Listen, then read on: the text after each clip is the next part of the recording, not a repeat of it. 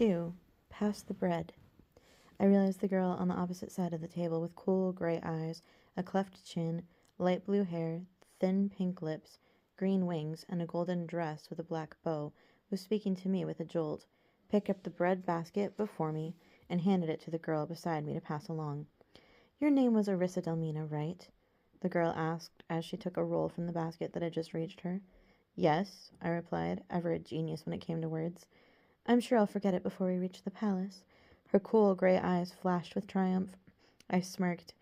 "What was your name?" I can't even recall the slightest trace of it in my memory. The girl took the slate for what it was and glared at me. I knew every name of the girls sitting at the table. I had wanted to join them so badly, and with each name called and audition completed, I had become more desperate and less hopeful that I would. The girl's name was Arenia.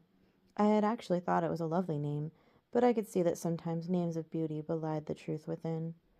"I'm not even going to justify that with a response," Arenia scoffed. "It seems you just did," I smiled. "I thought we would all have civility between us, seeing as we are to occupy the same space for some time. It's not my fault you decided to open the conversation with hostility.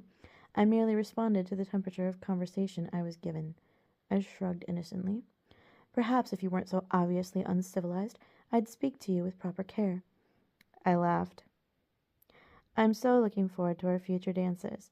This one was so riveting for our current audience, I'm sure." Arenia sneered unkindly. "Yes, it will be fun to see who comes out as this season's favorite dancer." There was a murmur of agreement now that the tension in the air had cleared. "I love that you flew in your routine," the girl beside me said softly. Her shocking crimson hair, green eyes, dark skin, and amber wings were striking against her royal blue dress, and her kind smile was a welcome change from Arenia's cold features. I felt immediately drawn to her, and remembered that her name was Linnea. "Thank you, Linnea." I knew that typically fairies don't use their wings in dance, but I couldn't help myself. My instructor and I have been working on incorporating them as of late, because otherwise they tend to make up their own version of what dance looks like. Linnea laughed. "I understand. I have always used a restriction band at my back, but maybe at the palace we can have the opportunity to learn different types of dance so we don't always have to be so disciplined. I thought your wings brought a stunning quality to the performance. Obviously the prince agreed." I smiled shyly. "Thank you.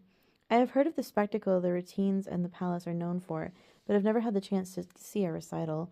My father is a bit more conventional than I am. He maintains that learning dance is fine, so long as I don't corrupt my thinking and take liberties with my body that are unbecoming of a lady." I smiled at the roll of Linnea's eyes.